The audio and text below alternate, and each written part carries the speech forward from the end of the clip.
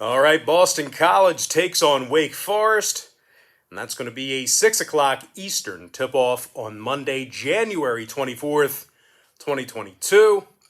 The Wake Forest Demon Deacons are the 10.5-point favorite with a total at 142. And if you want to see which one of these free YouTube picks on this video that I'm actually betting on personally, you may want to think about unlocking today's college basketball tier package pick on brockpage.com, and the link for that pick is in the description section below.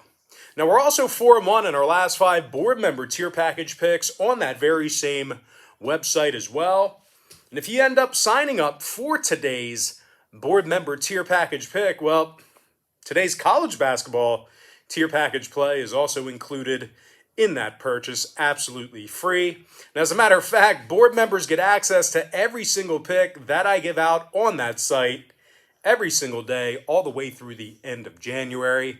But when it comes to this Boston College Wake Forest game, it's the Demon Deacons who are on a 3-game winning streak.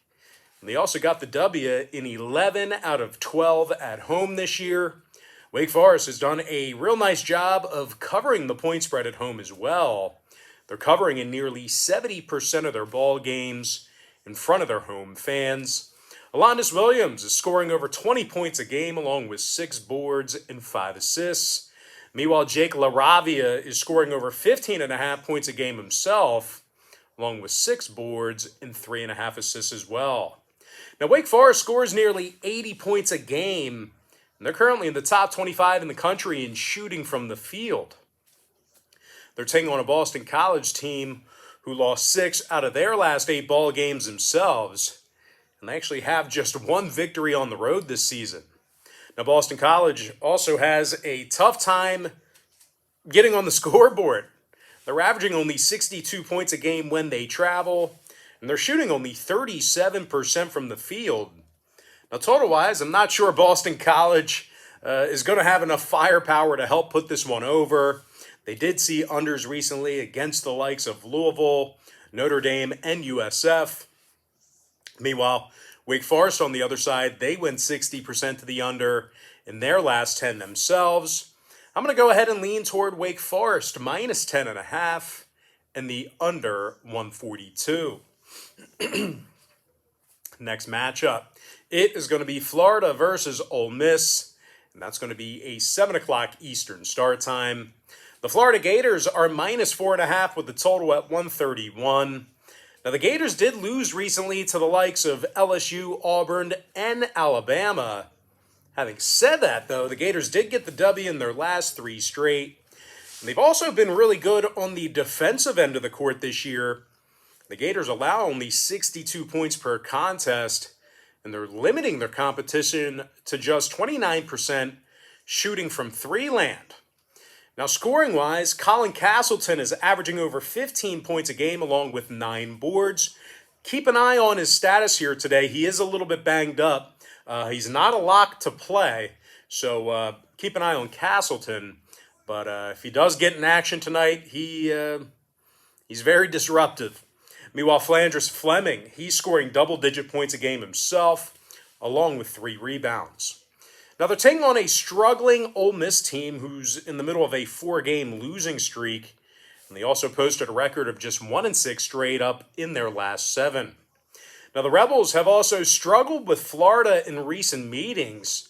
They're just 4-6 straight up in their last 10 contests against the Gators. Now, Ole Miss has been little threat offensively this season. They're scoring only 67 points a game. And they're also making only 31% of their 3-pointers at home. And when it comes to the total in this one, Ole Miss saw contests recently with Missouri, Texas A&M, and Tennessee fall under the posted number.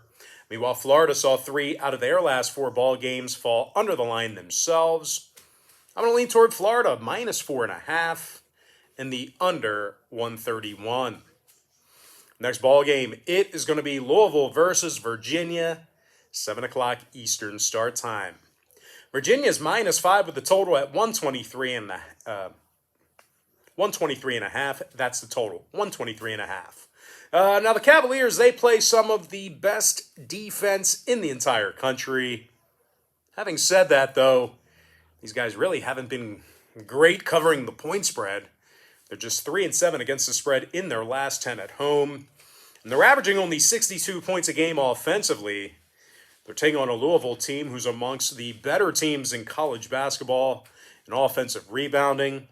Noah Locke is scoring 10.5 points a game, along with a couple of boards. Meanwhile, Malik Williams is averaging double-digit points a night himself, along with 8 rebounds. When it comes to defensive play in this one, the Cards allow only 67 points a game, and they're limiting their competition to just 41% shooting from the field. Now, total-wise, Louisville saw 3 out of their last 4 fall under the posted number, 5 and 3 to the under in their last 8. Meanwhile, Virginia saw unders recently against Wake Forest, Virginia Tech, and UNC. I'm going to lean toward Louisville plus 5 and the under 123.5. Next ball game, it is going to be Towson versus Delaware, 7 o'clock Eastern tip-off. The Delaware Blue Hens are -2 with the total at 140.5. Despite their current 3-game winning streak, the Hens did fail to cover in 5 out of their last 6 home games. And even more concerning, Denver's really struggled with Towson in recent meetings. They actually lost 8 out of their last 10 games against the Tigers, and they gave up nearly 80 points per contest on average in those head-to-head games. And as far as this season is concerned, Delaware is giving up nearly 72 points per contest, and they're actually having a pretty tough time defending the 3 ball as well. Now, they're taking on a Towson team who's in the top 35 in the nation in shooting from 3 land on the road. Jason Gibson is drilling over 44% of his 3-pointers, and he's also averaging over 11 points a game. Meanwhile, Cameron Holden is averaging over 14 points a night himself, along with 8 boards and a couple assists. Now, defensively, on the other end of the court, the Tigers have also been very good on the road in that particular category. They're allowing only 64 points a game when traveling, and they're limiting their competition to just 40% shooting from the field in that very same category. Now, when it comes to the total in this one, Towson saw contests recently with UNC-Wilmington, Northeastern, and William & Mary get over the posted number. The Tigers are also 8-2 to the over in their last 10 meetings with Delaware. Meanwhile, the Hens on the other side of things, they went 7-1 to the over in their last 8 outings themselves. I'm going to lean toward Towson plus 2 in the over 140.5. All right, next ball game. It is going to be UNC-Wilmington versus Northeastern, and that's going to be a 7 o'clock Eastern tip-off. Northeastern is -2.5 with the total at 133.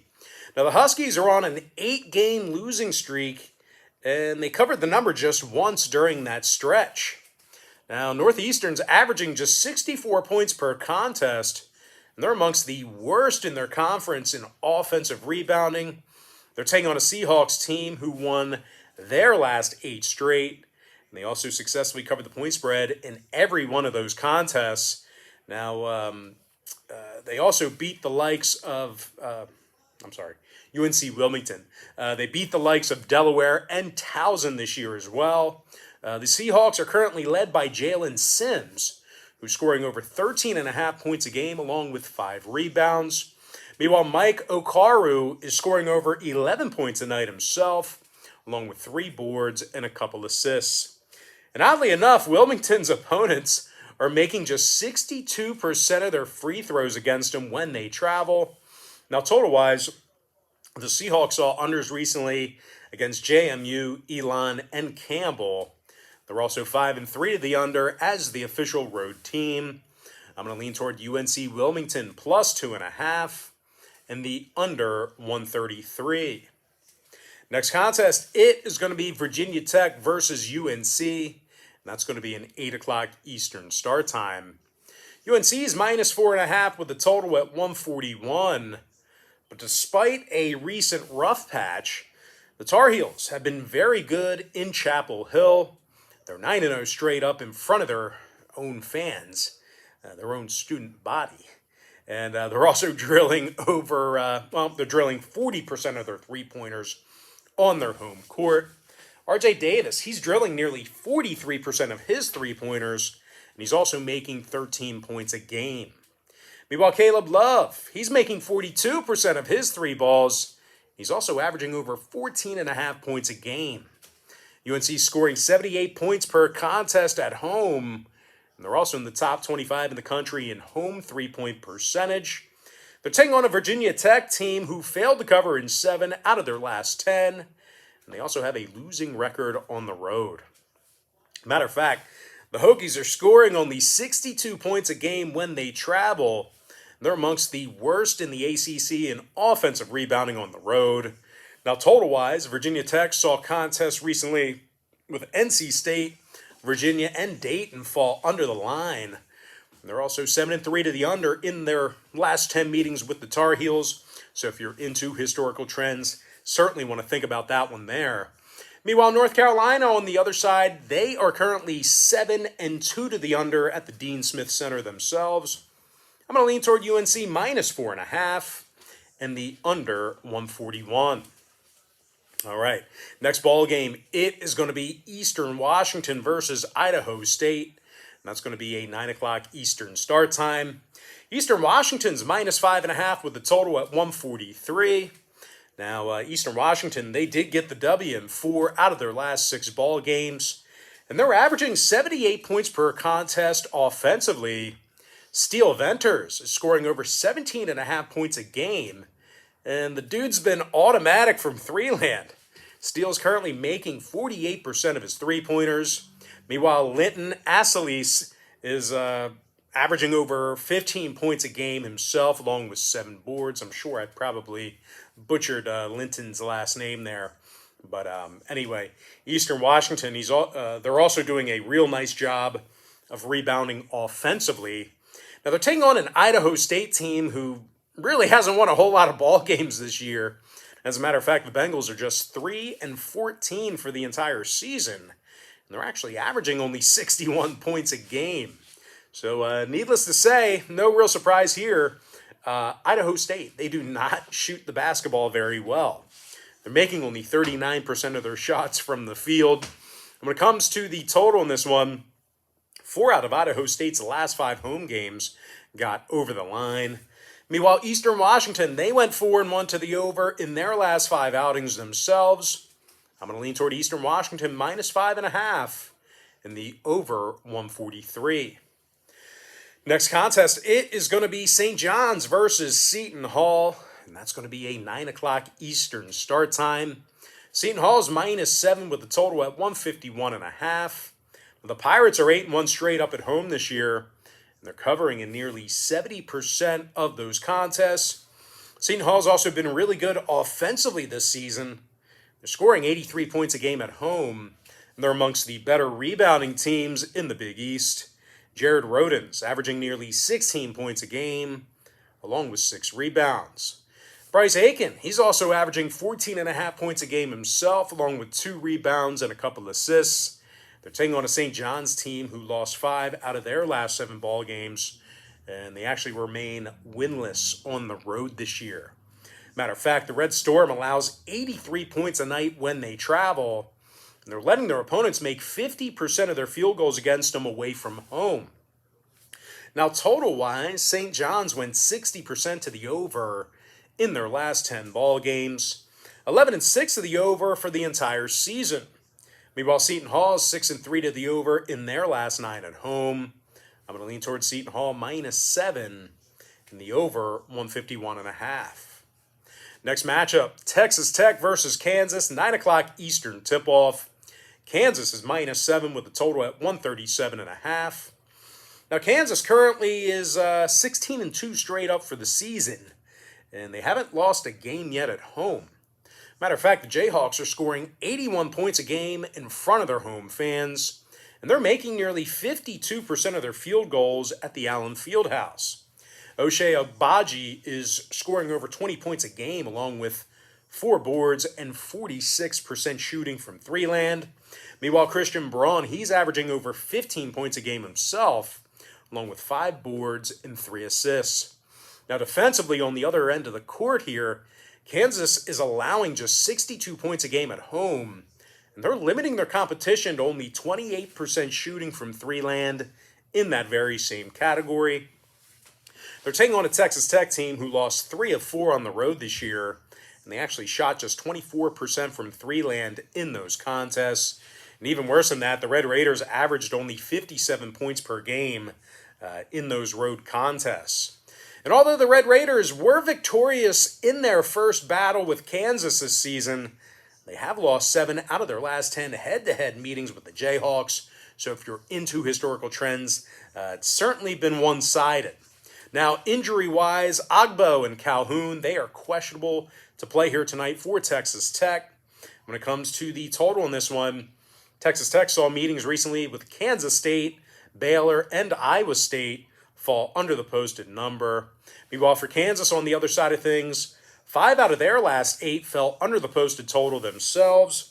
I'm going to lean toward Kansas -7 and the under 137.5. All right, next matchup, it is going to be UNLV versus San Diego State, and that's going to be a 9 o'clock Eastern start time. San Diego State's -10.5 with the total at 127. But despite being the double-digit favorite in this one, the Aztecs are averaging only 64 points a game at home, and they're shooting just 42% from the field. Now, the Aztecs also failed to cover this season against the likes of Boise State, Colorado State, and this very UNLV squad. And speaking of the Rebels, they got the W in 7 out of their last 10 ball games themselves. Now, the Rebels allow only 65 points a game, and they're limiting their opponents to just 40% shooting from the field. Now, scoring-wise, Bryce Hamilton's averaging nearly 20 points a game, along with 4 boards and a couple assists. Meanwhile, Donovan Williams, he's draining over 44% of his three-pointers. He's also scoring 14 points a game. And speaking of three balls, well, UNLV is amongst the best three-point shooting teams on the road in the entire country. Now, when it comes to the total in this one, the Rebels have seen 4 out of their last 6 ball games fall under the posted total. Meanwhile, San Diego State, they saw their last 3 straight fall under the line themselves. 80% to the under in their last 10. I'm going to lean toward UNLV plus 10.5 and the under 127. All right, next ball game, it is going to be Weber State versus Southern Utah. And that's going to be a 9 o'clock Eastern start time. Southern Utah is -3 with the total at 153.5. Now, the Southern Utah Thunderbirds have done a great job offensively this season. They're scoring 85 points a game in front of their home crowd, and they're also in the top 15 in the country in home offensive rebounding. Mason Fawcett is averaging nearly 9 rebounds a game. He's also scoring 13 points a night. Meanwhile, John Knight III, he's averaging over 15 points a game himself, along with 4 boards and 4 assists. Southern Utah is making nearly 50% of their shots from the field in front of their home fans. They're taking on a Weber State team who failed to cover in 6 out of their last 10 ball games themselves. And that includes failures to cover against the likes of Idaho, Fresno State, and BYU. Now, the Wildcats are giving up almost 73 points a game when they travel, and they've actually done a fairly average job of rebounding the basketball on both ends of the court. Now, total-wise, Weber State saw their last 5 straight all get over the posted number. They also went 80% to the over in their last 10. Meanwhile, Southern Utah saw their last 3 straight get over the line themselves, 80% to the over in their last 10 meetings with Weber State as well. So if you're into historical trends, you may want to think about leaning toward that over in this one. I'm going to lean toward Southern Utah -3 and the over 153.5. And with that, guys, we're going to jump into our next and final matchup of the show. It is going to be Arizona State versus USC. And that's going to be an 11 o'clock Eastern start time. USC is -12 with a total at 134.5. Now, USC is currently 16-2 this season, with only one of those losses coming at home. The Trojans do a terrific job of rebounding the basketball offensively, and their shooting from the field has been very good as well. Now, as a matter of fact, the Trojans are currently in the top 5 in the nation in offensive boards. And they're shooting nearly 50% from the field in front of their home fans. Isaiah Mobley's averaging over 14.5 points a game, along with 8 boards and 3 assists. Mobley's also shooting over 41% from three-land. Meanwhile, Boogie Ellis, he's knocking down over 43% of his three-pointers himself. He's also averaging a dozen points a game. Now, defensively, this is one of the toughest teams in the country to score points on. They're limiting their competition to just 37% shooting from the field, which is actually in the top 5 in the nation in that particular category. Now, they're taking on an Arizona State team who lost 4 out of their last 5. And they do a pretty bad job of shooting the basketball. The Sun Devils are making only 39% of their field goals for the entire season this year. Meanwhile, when they shoot from downtown, when they're shooting the 3-ball, well, they're making only 26% of their three-pointers when they travel. Now, total-wise, when it comes to the number in this one, Arizona State went 6-1 to the under in their last 7 ball games. 12-4 to the under for the entire year. Meanwhile, USC saw 8 out of their last 10 meetings with the Sun Devils fall under the line as well. I'm going to lean toward USC minus 12 and the under 134.5. And with that, guys, we're going to go ahead and jump into our quick pick recap, powered to you by my website at brockpage.com, where we are currently 4-1 in our last 5 board member tier package picks on that website.